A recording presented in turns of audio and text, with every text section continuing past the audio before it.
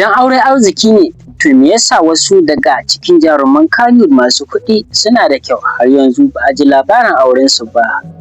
A cikin wannan bidiyo za mu kawo muku jerin jaruman Kannywood da ba su taɓa yin aure ba, wanda na san tabbas jarumi na uku sai ya ba ku matuƙar mamaki.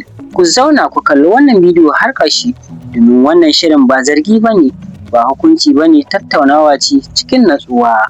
Assalamu alaikum wa rahmatullahi wa barakatuhu. Masu kallon mu a wannan tashar tamu ta Taskar Duniya TV, ni ne naku Sadiq Abdullahi Busawa.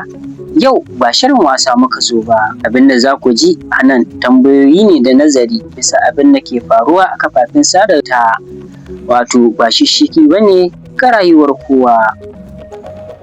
Na farko, Baballe Hayatu. Baballe Hayatu jarumi ne da baya hayaniya, baya wato yawan fitowa yana magana a kafafen sada zumunta, baya surutu, aikinsa kawai yake yi. Sai dai tambayar da mutane ke yi ita ce, shin shiru alama ce ta hikima ko kuma zaɓin rayuwa ne kawai? Shekaru sun ja, suna ya ƙaru, amma har yanzu rayuwarsa wato ta sirri tana nan a rufe. A duniya mai cike da hayaniya, me yasa wasu ke zaɓar yin shiru? Jarumi na biyu shine Hamisu Yusuf Bireka. Hamisu Yusuf Bireka kuma jarumi ne kuma mawaƙi ne da matasa ke kallo a matsayin abin koyi. Abinda mutane ke tambaya kuma suke tattaunawa a kafafen sada zumunta shine, shin yana gina rayuwarsa ne a hankali, mataki-mataki, ko kuwa bai kai ga lokacin yin aure ba tukuna? Jaruma ta uku kuwa ita ce wato Nafisa Abdullahi. Jaruma Nafisa Abdullahi ta sha faɗa a fili cewa ba za ta yi aure domin faranta wa jama'a rai ba. Wannan ra'ayin nata ya sa ake ta muhawara da cece-kuce a kafafen sada zumunta. Mutane da dama suna tambayar junansu cewa, shin mace mai yin duk abin da take so matsala ce ko misali? Jaruma ta huɗu wato ita ce jaruma Rahama Sadau. Jaruma Rahama Sadau ta samu abubuwan da mutane da dama ke mafarkin samu a rayuwa. Ta fita ƙasashen waje, ta yi manyan fina-finai, ta gina wato kasuwanci. Sai dai har yanzu abinda mutane ke tambaya kuma suke muhawara a kafafen sada zumunta shine, shin nasara tana sauya abubuwan da mutane ya kamata ya yi a matsayinsa na musulmi? Sai jaruma Hadiza Gabon. Jaruma Hadiza Gabon kuwa tana da kyau, ladabi, kuma ta yi suna a idon duniya. Wato sai dai amma rayuwa ba lissafi ba ce. Shin kowa yana da lokacinsa ko kuma al'umma ce wato ke gaggawa fiye da kima?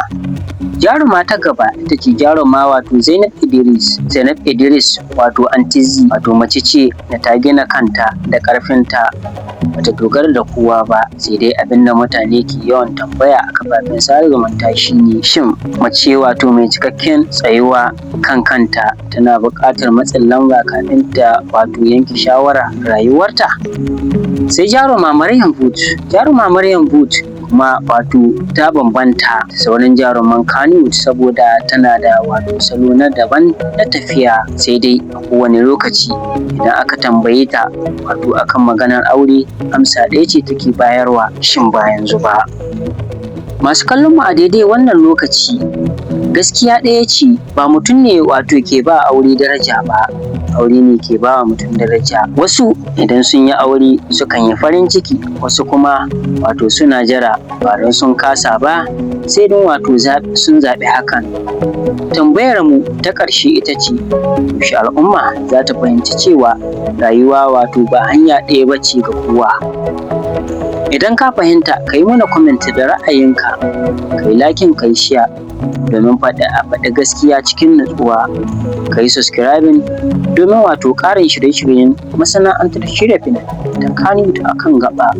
Ni ne naku Sadiq Abdullahi, wato mai kawo muku labarai a wannan tashar tamu ta wato Taskar Duniya TV. Ba tsoro ba ne, wato ba son rai ba ne, gaskiya cikin hankali. Na gode, ku haɗu a bidiyo na gaba.